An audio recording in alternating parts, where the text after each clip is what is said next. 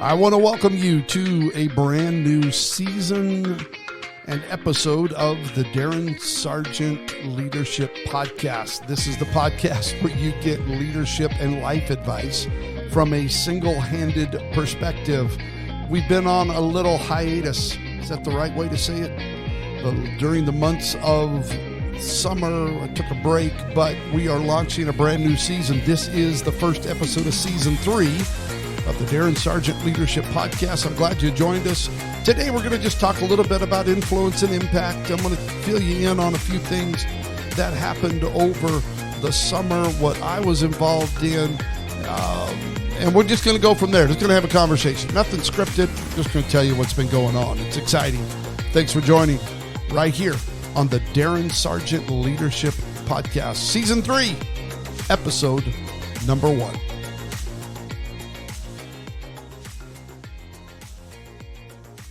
At the time of this recording, last week, I was able to travel to the southern Idaho region, where I graduated high school in 1980. I probably shouldn't give it away, but 1987, I graduated from Kimberly High School. Go Bulldogs to all my classmates and friends that are listening. But I had an opportunity to go back to the area of Twin Falls, a little town outside of Twin Falls called Kimberly, Idaho. That's where I graduated from. About 60 kids in our graduating class, small, tight-knit farming community. And I had the privilege to go back to speak to a couple schools. And so I was able to do that, which was really, really cool because I'd been back in several years and was able to go back and just check out all the old places and drove out to the old house and walked along the Snake River Canyon rim and just had a couple days where I was able to just reconnect with my upbringing. Anyways, I went in and spent a couple days with my aunts, my dad's sisters that live in the Boise area. Then I drove to Twin Falls and began kind of a speaking tour, if you will. On Thursday of last week, I spoke to the teachers of Filer, Idaho. It's where the county fair was held each year. It's coming up, I think, in a couple weeks. And I was like, oh man, I wish I was there at the time of the fair. And but anyways, great memories of that. Was able to speak to the teachers there. Kelly Schroeder, I want to give a big shout out to Kelly. If you're listening, thank you for the opportunity to speak to the educators of the Filer School District. About 200, a little over 200 teachers were present, and was able to talk about the power of influence and impact. I'll get into that here in just a minute. Thursday night, I spoke to about 100 athletes from the Kimberly School District, or the Kimberly High School, actually the high school I graduated from, and that was enjoyable. Got to connect with some of the students there. And then Friday morning of last week, I spoke to over 300 teachers and educators from Kimberly School District in the school that I graduated from. So that was a very cool experience. I want to give a shout out to Luke Schroeder. Now, this is cool. So Luke and I went to school together. We were on the wrestling team together throughout high school. He was a couple of years younger than I was, but he is now the superintendent of the Kimberly School District. His wife is the superintendent of the Filer School District. So it's really, really a cool thing to reconnect with them. I got to see some old classmates, and that was neat. And one of the special things, when I was speaking on Friday, I've told the story on my podcast of the event surrounding, or the moment surrounding my fourth grade year. We had moved to Kimberly right in the middle of a school year, and I was plopped down in this classroom with all these rowdy boys and girls, and you know how fourth grade is. Anyways, I was able to talk about that fourth grade year and the influence that Mr. Jenkins had on my life, and I told his story. Now, we are pushing probably over 1 million people who have heard the story, maybe more, of Mr. Jenkins. And I was able to contact him. We've stayed in contact over the last few years. I was hoping he could be there for my time speaking to the educators in the Kimberly School District, but he wasn't able to. He's going out of town for a wedding. But we connected. But the impact of that one moment has now allowed me to speak to many people about the power of influence and impact. To all the teachers and educators that may listen to this podcast, I just want to say thank you for your influence and your impact in the lives of students. I know you're, in a lot of ways, educators are being attacked in this hour. There's a lot of pressure on you. And I just want to say, from a guy who was majorly influenced by teachers in my life, thank you. Thank you for the difference that you're making. Your influence and your impact is vital. It's important. Many of you have heard, if you listen to this podcast, you've heard me talk about the statement that at 18, 19 years of age, I wrote down, you'll never make an impact until you're committed to the collision.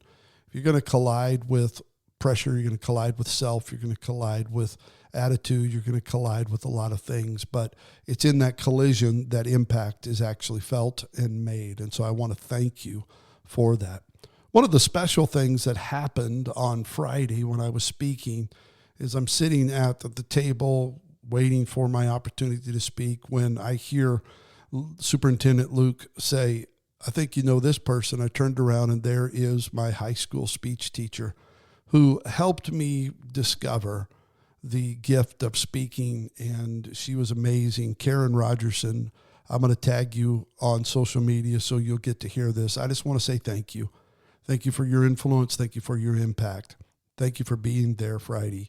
It meant a lot to me to see you there, to tell the impact that you made on my life. And she's one of those special people that has helped me determine, or discover, I guess is really the word I'm looking for, discover what it means to be able to use your voice to impact others. So I just want to say thank you.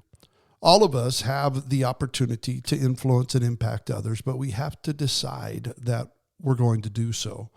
Sometimes I think we go through so many things in our lives that we don't feel like we have anything to offer. We have too much pain or too much of a past or too many struggles, or we just don't feel confident. But every single one of us has a message. You have something that somebody needs. From what you've been through and what you have endured, your message can help others, but you've got to work on it. You've got to find your niche, so to speak. Having been born with one arm and overcoming this and the challenges I faced, I know the niche. I know that I'm called to take a disadvantage from many people's perspective and turn it into an advantage to help other people understand how vital it is to take your experiences and form them and craft them into some way. If that's a book, if that's a podcast, if that's a course online, if it's a public speaking ministry or opportunity, a profession, speaking. You know, I speak a lot in churches, but having these opportunities to speak to schools and students and educators is one thing that I really, really enjoy. And I take the story of Mr. Jenkins and I break it down. And I only have 5 fingers, so I use 5 points, get it? And I talk about the 5 things that Mr. Jenkins did to bring about a change and make an impact in my life during that moment. So it's important. You have a message. Everyone has a message. It's just figuring out where God wants you to be. It's figuring out where that message will resonate, how it will resonate, how it will impact. What can you do? And like I said, whether that's a podcast, whether that's a book. I know people say, well, there's too many podcasts. No, there's not. There's not. There's too many books. No, there's not. You haven't written one yet. You haven't started the podcast yet, so there's still room. You have a story to tell. Get alone with God. Figure it out what He wants you to do. Make a difference. Don't just sit on the sidelines and not let the world have an opportunity to hear. You'll get made fun of. You'll have people that are sarcastic. You'll have people that'll criticize. You'll have people that'll make fun of whatever it is that you do. It's part of life. The bottom line, they're probably just jealous. They probably wish they could do something like you're doing. Just do it. Just go out there and do it.